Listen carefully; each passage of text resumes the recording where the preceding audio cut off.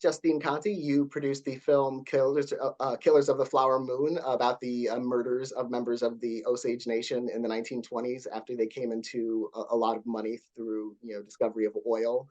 Were you familiar at all with this story before this film? Not at all, no. I read the book back in like 2018, I think, or 2019, when we knew that was what was sort of up next with Marty. And I had never heard a thing about it in my life. And, the book really stuck with me. It really impacted me. Of course, like everything that happened to them at the time, but, David Grann really captures at the end of the book the ongoing trauma that's still happening in that community today, which, it was so just, you think about it, it happened 100 years ago, less than 100 years ago, and those people's descendants are still there. So that really stuck with me. And like going into producing the film is what we were thinking about a lot, is that we were telling the story of families that are still really traumatized to this day. And I know authenticity was really important. Martin Scorsese, had a lot of contact with the Osage Nation. What was it like bringing that kind of, really, a lot of detail into the story that you were telling? Yeah, I mean, that's always really important for Marty, I think, on all of his films, making sure everything is historically accurate and exactly right. And it was doubly important on this movie because we knew the people were going to be watching and seeing whether or not we did them right. Luckily, Marty has like the greatest researcher of all time in his producer, Marianne Bauer.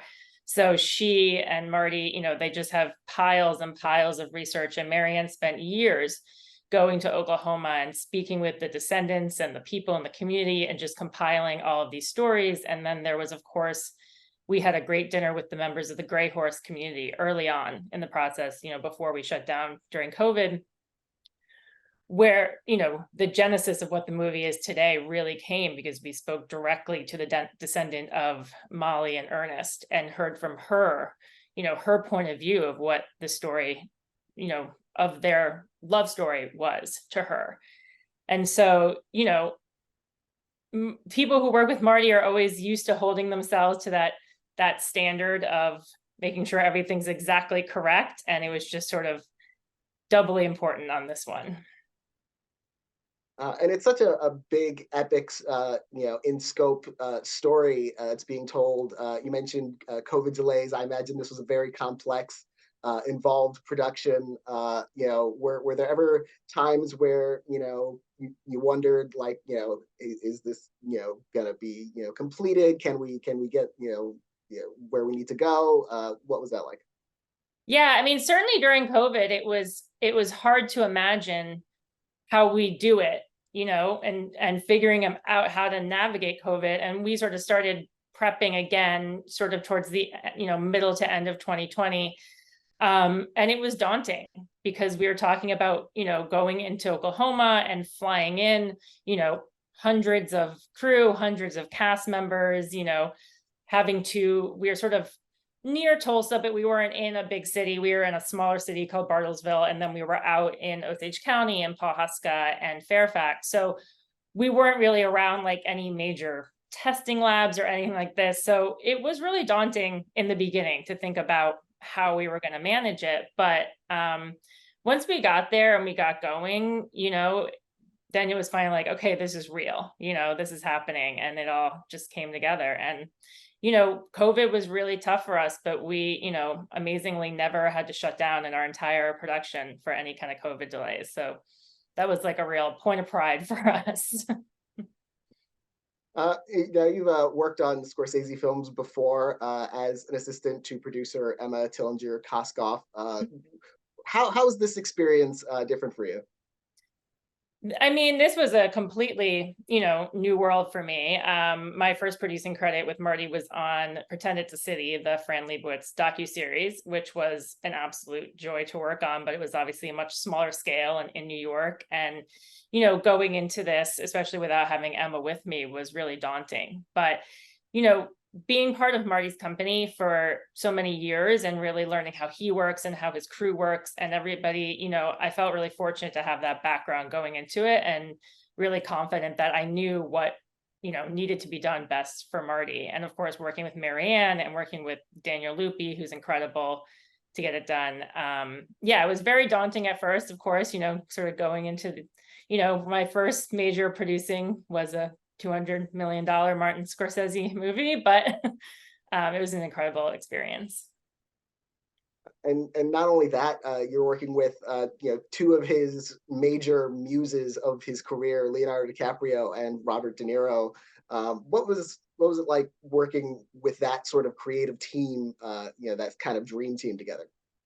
I mean, it's really incredible because they have such history together and such shorthand, so you don't really need to do anything except like sit back and watch them work, because the three of them together like really know what Marty wants, and they sit and they write and they work. And I'd worked with Bob before on The Irishman as an assistant, so I was familiar with him and his team, and I just love working with him. He's such a joy to be around and to have on set, and so is Leo. I mean, you really can't ask for a more pleasant and professional group of people to work with, honestly. And because they had that shorthand, it was really easy for us as producers.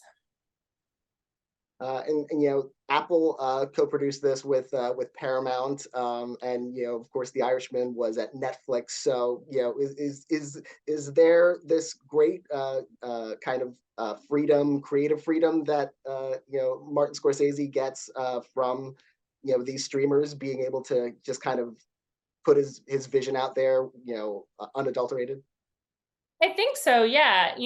And both of them, both Netflix on The Irishman and Apple on this film, are such incredible partners. They're so invested in the movie. Apple, they were all so invested in getting to know the history of the Osage and hearing about the culture. And they really understood what Marty was trying to do. They weren't trying to push it in any certain direction, oh, it should really be about the FBI or this and that. Like, they really got it. And it was just all support. They have amazing creative executives who are with us the whole time, and production executives. And yeah, I mean, having not really worked with him on any movies not at a streamer, I don't really know what the difference is for him in terms of freedom. I think his vision is so strong that generally he makes sure his vision is on the screen no matter what the constraints are.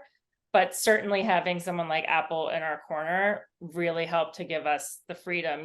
We were able to work on such a scale and collaborate with the Osage in such a way that maybe we wouldn't have been able to do if we didn't have that freedom. It wasn't the most obvious thing to go shoot the movie in Osage County in Oklahoma.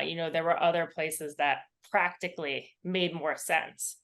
But they understood that this was really important for Marty and for the story and for the Osage people. And so they were very supportive of it the whole way. And what did you think of the film once it was all together and you're showing it at Cannes, and it's going out to audiences? I mean, it was really incredible. When something is that big in scope, sometimes you can get a little overwhelmed with all the elements and just thinking of how it's all going to fit together and how it's all going to come together. Because, you feel like you shot so much and you're like, oh my gosh, this movie could be 6 hours long and it would not even encompass all the things that you could say about this story. But yeah, I remember the first time I watched it almost complete was with our Osage consultants in New York, with Chief Standing Bear and some of the other Osage people. And that's when it really hit me the hardest, that we had actually succeeded in doing what we went out to do with the Osage people. And yeah, I've seen it like 6 or 7 times now in the theaters and, apart from the early screenings. And, I cry every time. It gets me every time. It's really overwhelming. Well, congratulations on the film. And thank you so much for talking with me about it today. Yeah, thank you.